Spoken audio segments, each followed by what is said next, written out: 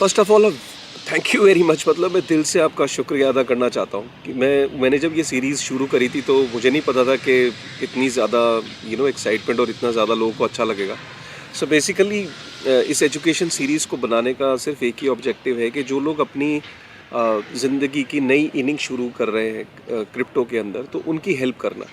सो होता क्या है कि जैसे लोग अपनी जर्नी को शुरू करते हैं, उन्हें कुछ पता होता नहीं है क्रिप्टो के बारे में, इधर उधर से थोड़ी बहुत वो इन्फॉर्मेशन गैदर करते हैं और उसके बाद वो अचानक इस इंडस्ट्री में कूद जाते हैं बिना किसी नॉलेज के। जब आप किसी इन्वेस्टमेंट प्रोडक्ट को खरीदते हैं या कहीं आप इन्वेस्टमेंट का डिसीजन लेते हैं रियल लाइफ में भी, मतलब आपको कोई पता ना और कहीं पे भी आप प्लॉट ले लो, उसके आगे पीछे का बैकग्राउंड ना देखो, तो क्या आप को इतना प्रॉफिट हो पाएगा? नहीं हो पाएगा।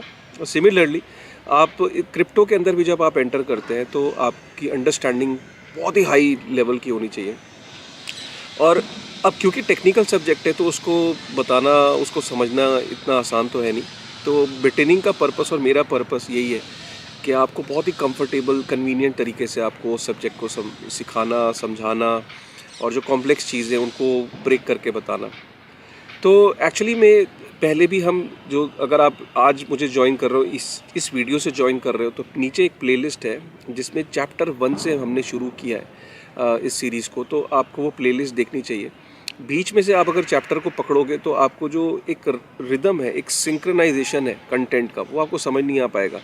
तो मेरी ये एडवाइस है कि आप अगर बीच से वीडियो को ज्वाइन कर रहे हैं तो चैप्टर 1 से शुरू करें और फिर चैप्टर 1, चैप्टर 2, चैप्टर 3, चैप्टर 4, फिर ऐसे ही चलते रहें।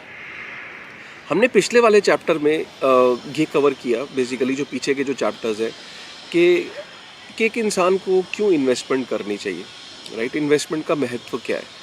फिर हमने ये समझने की कोशिश करी कि इन्फ्लेशन का क्या मतलब है, इन्फ्लेशन की क्या इफ़ेक्ट होते हैं, इन्फ्लेशन को जानना क्यों ज़रूरी है, इन्फ्लेशन जो है वो आपकी परचेजिंग पावर को क्या करती है, आपकी जो जेब में 100 रुपये का नोट है उसके साथ वो क्या करती है अगर आप उसे कहीं इन्वेस्ट नहीं कर रहे। फिर हमने अगले वाले जो सेक्शन में, अगले चैप्टर्स में हमने ये समझने की कोशिश करी कि जो हमारे पास अलग अलग तरीके के ऑप्शंस क्या है, मतलब जो इन्वेस्टमेंट के ऑप्शंस हैं वो ऑप्शंस क्या है, और हर इन्वेस्टमेंट का जो ऑप्शन है उसका प्रॉज, उसके कॉन्स, उसके इश्यूज़ क्या है, मतलब उसकी अच्छाई क्या है, उसकी बुराई क्या है। फिर हमने वहाँ पे ये समझा कि ठीक है, क्रिप्टो भी एक तरीके का आपका एक इन्वेस्टमेंट का एक ऑप्शन है। और अब मैंने फिर आपको ये बोला था कि अब हम आगे वाले चैप्टर्स में समझने की कोशिश करेंगे कि क्रिप्टो आखिर है क्या, बिटकॉइन क्या है, और अलग अलग तरीके से हम इस जर्नी में शुरू कैसे करें, कैसे शुरुआत करें। तो वो आपको बताने की जो है यहाँ पे कोशिश है मेरी। तो आज इस वीडियो से हम शुरू करेंगे कि क्रिप्टो कैसे इवॉल्व हुए, कैसे वो पिक्चर में आए। और आज हम बात करेंगे एक्चुअली में जो सबसे पहला क्रिप्टो था जिसकी वजह से आज इतनी बड़ी हम एक इंडस्ट्री देख पा रहे हैं।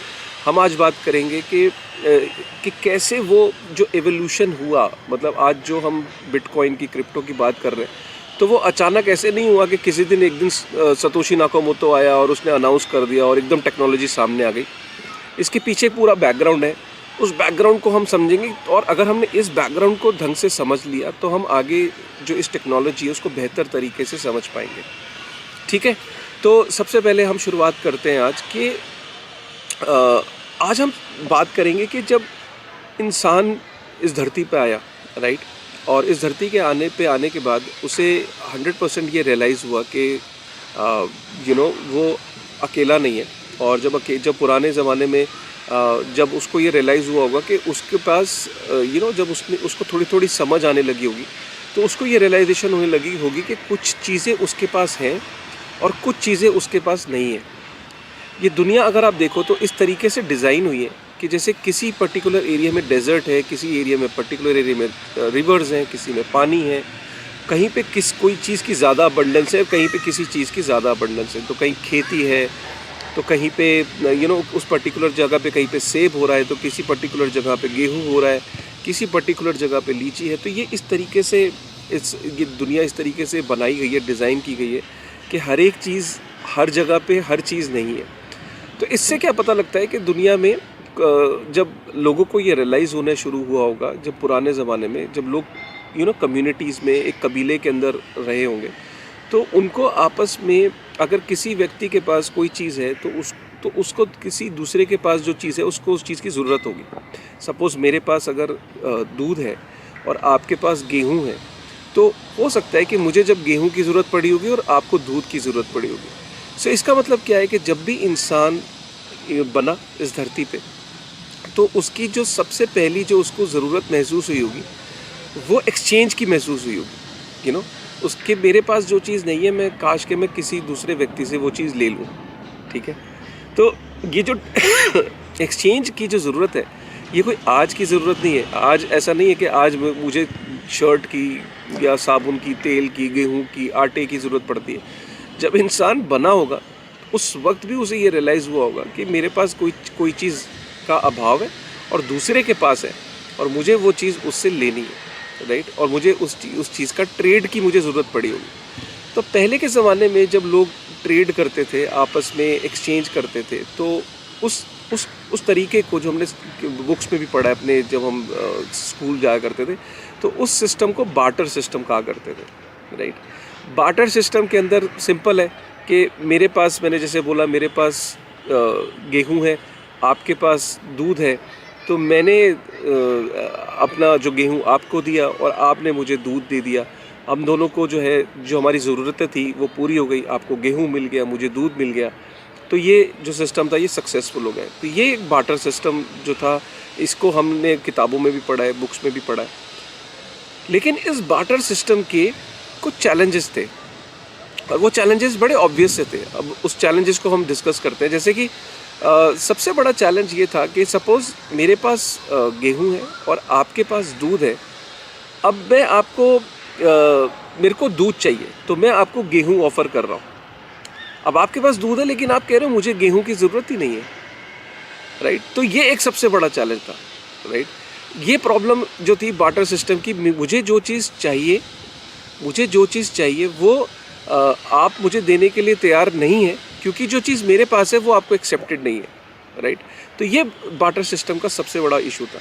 दूसरा सबसे बड़ा इशू ये था कि बार्टर सिस्टम के अंदर कि सपोज़ करिए कि मेरे पास ढेर सारे जूते हैं और आपके पास मकान है, और मैं आपसे कहता हूँ कि आप मेरे जूते ले लीजिए और मुझे आप अपना मकान दे दीजिए।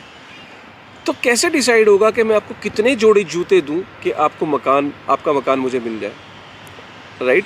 और मैंने उतने जोड़ी बना भी लिए, तो आप उतने जोड़ी जूतों का करोगे क्या, राइट। और अगर सपोज़ आपको घर पार्शली बेचना हो, आपको सिर्फ 2 कमरे बेचने हो, पूरा घर नहीं बेचना हो, तो फिर कैसे डिसाइड होगा कि कितने जूते मैं आपको दूँ।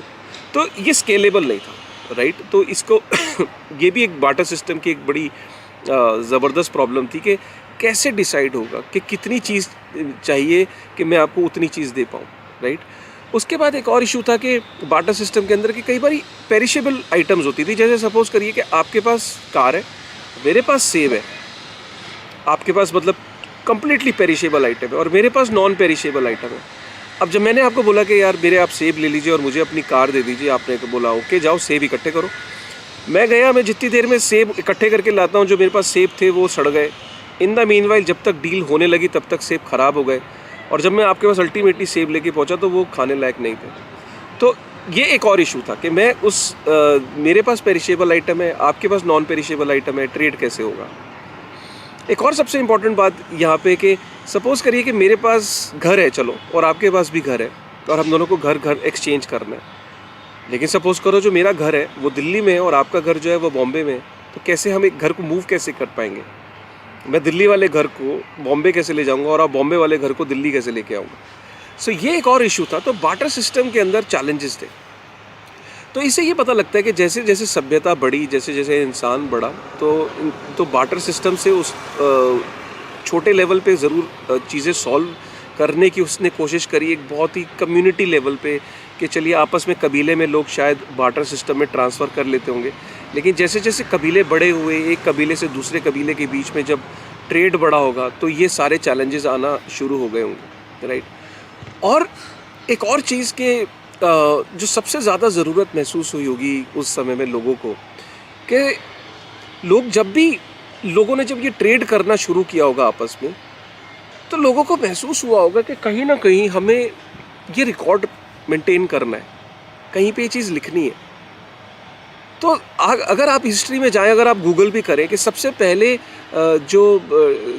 मतलब जो रिटन डॉक्यूमेंट्स के अंदर सबसे पहले क्या चीज़ देखी गई, कि सबसे पहले आदमी ने क्या लिखना शुरू करा, तो इतिहास ये बताता है कि सबसे पहले जो शुरुआती दौर में जो अर्ली मैन थे, उन्होंने लेजर बनाना शुरू करा, राइट, लेजर।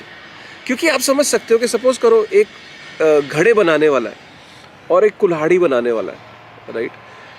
तो घड़े बनाने वाले ने कितने लोगों के साथ ट्रेड किया, राइट।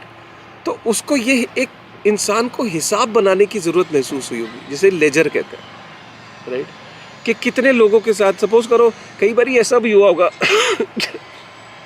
कि घड़े बनाने वाले ने घड़ा जो है वो दे दिया, लेकिन अभी सामने जो कुल्हाड़ी वाला था उसने कुल्हाड़ी नहीं दी, या उसने घड़े बनाने वाले की एक कुल्हाड़ी वाले के साथ डील थी, एक कुर्सी बनाने वाले के साथ थी, एक मछली बनाने वाले के साथ थी, मछली के व्यापारी के साथ थी, एक दूध के व्यापारी के साथ थी, एक गेहूं के व्यापारी के साथ घड़े वाले की डील थी। इतने डिफरेंट लोगों के साथ जब उसकी डीलिंग थी, तो उसको ये याद रखना तो उसके लिए मुश्किल रहा होगा। तो इसलिए पुराने ज़माने में भी लोगों को ये एहसास हुआ होगा कि एक लेजर की ज़रूरत महसूस हुई होगी, राइट। तो आप समझ रहे हैं धीरे धीरे चीज़ें कैसे क्लियर हो रही हैं, कि सबसे पहले ट्रेडिंग की ज़रूरत महसूस हुई होगी, क्योंकि सृष्टि की रचना इस तरीके से हुई है कि सबको सब चीज़ें अवेलेबल नहीं है। दूसरी चीज़ जो इवॉल्व हुई होगी कि लेजर की ज़रूरत महसूस हुई होगी, कि यार मैं इतने लोगों के साथ ट्रेड कर रहा हूँ, दूध वाला गेहूं वाले के साथ, कुल्हाड़ी वाले के साथ, मटके वाले के साथ, मछली वाले के साथ, इतने लोगों के साथ डीलिंग कर रहा है, तो इतना रिकॉर्ड मेंटेन करने के लिए उसे लेजर की ज़रूरत महसूस हुई होगी। और तीसरी चीज़ जो महसूस हुई होगी, वो जानते हैं क्या महसूस हुई होगी? तीसरी सबसे इम्पॉर्टेंट चीज़ उसे ये महसूस हुई होगी कि जब वो लेजर को मेंटेन कर रहा होगा, एक सपोज करिए एक मटके बनाने वाला है, एक घड़ा बनाने वाला है, उसके इतने ढेर सारे लोगों के साथ उसकी जो है वो डीलिंग हो रही है। जैसे कि मैंने बताया, उसके दूध वाले के साथ, उसके गेहूं को पैदा करने वाले के साथ, उसकी बकरी पालने वाले के साथ, उसकी हर तरीके के लोगों के साथ उसकी डीलिंग हो रही है। अब वो जब वो लेजर को मेंटेन कर रहा है, तो वो लेजर को कितना डिफ़िकल्ट था मेंटेन करने में, कि कितने घड़े दिए तो कितनी कुल्हाड़ी मिली, कितने घड़े दिए तो कितने गेहूँ मिले। वो इस तरीके से जब वो लेजर को मेंटेन करता होगा तो कितना डिफ़िकल्ट होगा। और सिमिलरली जो जिनके साथ वो डील कर रहा है, वो भी अपने एंड पे लेजर को मेंटेन कर रहे होंगे। तो लेजर को अल्टीमेटली जब वो सेटल करते होंगे तो कितना डिफ़िकल्ट होता होगा ये सेटल करना लेजर की, क्योंकि जब कोई कॉमन यूनिट ऑफ अकाउंट नहीं है, कोई कॉमन करेंसी नहीं है, कोई कॉमन यूनिट ऑफ अकाउंट नहीं है जिससे वो दोनों के लेजर मैच कर सके, राइट।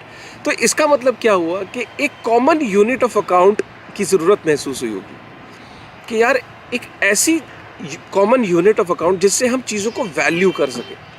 जैसे सपोज़ मैं जिस कैमरे से रिकॉर्ड कर रहा हूँ, तो इस कैमरे की वैल्यू INR में, ये सपोज़ 50,000 का कैमरा, मेरे हाथ में मोबाइल है तो वो 20,000 का है या 30,000 का है। मेरे पास गेहूं है घर में, 5 किलो आटा है तो वो 200 रुपये का है। हर चीज़ को मैं एक INR में वैल्यू कर पा रहा हूँ। तो सपोज़ अगर मैं लेजर मेंटेन करूँगा तो मैं उसकी वैल्यू जो है, एक कैमरे की वैल्यू 50,000 लिखूँगा। सपोज़ अगर ये 50,000 की जगह आज भी अगर बार्टर सिस्टम होता, तो जिससे मैंने ये कैमरा लिया होता और उसको मैंने कोई और चीज़ दी होती, तो मैं उसकी वो वैल्यू लिखता। कितना डिफ़िकल्ट होता उस मेरे लेजर को और ख़रीदार के और बेचने वाले के और ख़रीदार के लेजर को सेटल करना, कितना डिफ़िकल्ट होता, कितना डिफ़िकल्ट होता उस लेजर को बनाना बिना किसी यूनिट ऑफ अकाउंट के। तो यूनिट ऑफ अकाउंट जिसको आज, जैसे हमारे केस में हम भारत में रहते हैं तो INR है, ऐसे जो US में रहता है उसके केस में डॉलर है, कोई यूरोप में रहता है तो उसके केस में यूरो है। तो ये जो यूनिट ऑफ अकाउंट है, इसने ईजी करा कि हम चीज़ों को कॉमन डिनोमिनेशन में वैल्यू कर सके, एक वैल्यू असाइन कर सके। तो ये इंपॉर्टेंस थी यूनिट ऑफ अकाउंट की, राइट। तो 3 चीज़ें क्लियर हो गई कि जब सभ्यता इवॉल्व हुई, बार्टर सिस्टम, लेकिन क्योंकि बार्टर सिस्टम के चैलेंजेस थे। दूसरी चीज़ जो इवॉल्व हुई कि हमें इंसान को सबसे ज़्यादा जो ज़रूरत महसूस हुई, वो उसे लेजर की ज़रूरत महसूस हुई, कि जब वो इतने सारे लोगों के साथ वो डील करता था, और इतने सारे तरह डिफरेंट लोगों के साथ डील करता था, तो उसे लेजर की ज़रूरत महसूस हुई कि लेजर मेरे को मेंटेन करना है। लेजर को मेंटेन करता था, डिफ़िकल्टी थी उसके अंदर, लेजर के अंदर चीज़ों को वैल्यू करना, लिखना, उसको लेजर को मेंटेन करना। तो उसे एक ज़रूरत महसूस हुई कि एक यूनिट ऑफ अकाउंट की, एक ऐसी कॉमन करेंसी की कि एक ऐसे कॉमन यूनिट ऑफ अकाउंट की जिससे चीज़ें कॉमन तरीके से सारी वैल्यू हो सके और वो सबको अग्रीड हो। ऐसा नहीं हो कि वो अपना लेजर जो है वो अपनी यूनिट ऑफ अकाउंट असाइन कर दिया, नहीं, वो कॉमन यूनिट ऑफ अकाउंट जो बहुत सारे लोगों को अग्रीड हो। मतलब ऐसा अकाउंट, यूनिट ऑफ अकाउंट जो मेरे कबीले में भी एक्सेप्टेड हो, जो सामने वाला जो कबीला है, जो दूसरा कबीला रहता है दूसरे आइलैंड पे, उसको भी एक्सेप्टेड हो, उसको भी एक्सेप्टेड हो। एक ऐसा common unit of account, right. तो जिस तरीके से आज INR है ना, तो महाराष्ट्र में भी एक्सेप्टेड है, इधर भी एक्सेप्टेड है, पूरी इंडिया में एक्सेप्टेड है, पूरी दुनिया में भी वो INR से डॉलर में कन्वर्ट कर लेते हैं। तो पूरी दुनिया को पता है कि भाई लेजर को आप के अंदर जो चीज़ें हैं उनको आप आराम से इजीली उसको स्टोर कर सकते हो, लेजर को मेंटेन कर सकते हो, कैलकुलेट कर सकते हो, यू नो। सो ये चीज़ें अगर आपने समझ ली कि हमें 3 चीज़ें यहाँ से क्लियर निकल के आ रही है। एक ट्रेड की ज़रूरत थी, बार्टर सिस्टम के चैलेंजेस थे, एक लेजर की ज़रूरत थी क्योंकि इतना सारा रिकॉर्ड मैं दिमाग में लिख कर नहीं सकता था, तो मुझे लेजर बनाने की ज़रूरत थी। वो लेजर के ऑब्वियसली आज एडवांस फॉर्म आ गए, उस पर हम बाद में आएंगे, लेकिन लेजर की ज़रूरत थी। और तीसरी, क्योंकि लेजर को मेंटेन करना है तो उसको कॉमन यूनिट ऑफ अकाउंट की ज़रूरत थी, कि कॉमन यूनिट ऑफ अकाउंट जिससे मैं चीज़ों को एक कॉमन यूनिट ऑफ अकाउंट में वैल्यू कर सकूं, जैसे कॉमन करेंसी होती है, जैसे INR है, डॉलर है, जैसे यूनिट ऑफ अकाउंट आप असाइन करते हो, तो उस कॉमन यूनिट ऑफ अकाउंट की ज़रूरत थी जिससे कि मैं लेजर के अंदर प्रॉपर एंट्रीज कर सकूं और जो सबको एक्सेप्टेबल हो, लार्जर ग्रुप को एक्सेप्टेबल हो। तो ये था आज का बड़ा ही इंपॉर्टेंट है ये चैप्टर, क्योंकि अगर आपने इस चैप्टर को समझ लिया तो आज आपको चीज़ें क्लियर हो गई। अब हम अगले चैप्टर में और डिटेल में चीज़ों को समझेंगे। हमारा ऑब्जेक्टिव ये है कि हम इस जो मैं आज आपको अब जो लेके चलूँगा वो एवोल्यूशन ऑफ मनी के फेजेस से लेके चलूँगा। क्रिप्टो अभी बहुत बाद में आएगा। अगर मैं क्रिप्टो को आपको अभी समझाना शुरू कर दूं तो आपको बिल्कुल भी समझ नहीं आएगा। आपके लिए ये सारी हिस्ट्री को जानना, एवोल्यूशन ऑफ मनी को जानना बहुत ज़रूरी है। और अगर आपने ये समझ लिया तो आप डेफिनेटली क्रिप्टो के अंदर आपकी जर्नी बहुत ही बेटर होगी, बहुत ही आसान होगी और बहुत ही सेफ़ तरीके से आप क्रिप्टो के अंदर एंटर कर पाओगे। यही ऑब्जेक्टिव है बिटनिंग के चैनल का। अगर आपको आज का जो चैप्टर है वो पसंद आया हो तो आप प्लीज़ इस वीडियो को लाइक करिएगा, कमेंट करिएगा, इस सीरीज़ को शेयर करिए। अगर आप ये सीरीज़ लोगों के साथ, अपने दोस्तों में, परिवार वालों के साथ शेयर करेंगे तो आई एम श्योर उनको बहुत फ़ायदा होगा। ये फ़ायदा आप ही तक क्यों सीमित रहे? क्या चाहते हैं कि सिर्फ आप ही को फ़ायदा रहे, औरों को भी फ़ायदा मिलेगा ना? तो प्लीज़ इसको ज़रूर शेयर करिएगा। एंड फिर मिलेंगे आपके साथ अगले चैप्टर में और एक नए डिटेल और एक नई चीज़ के साथ। With this thought, thank you very much.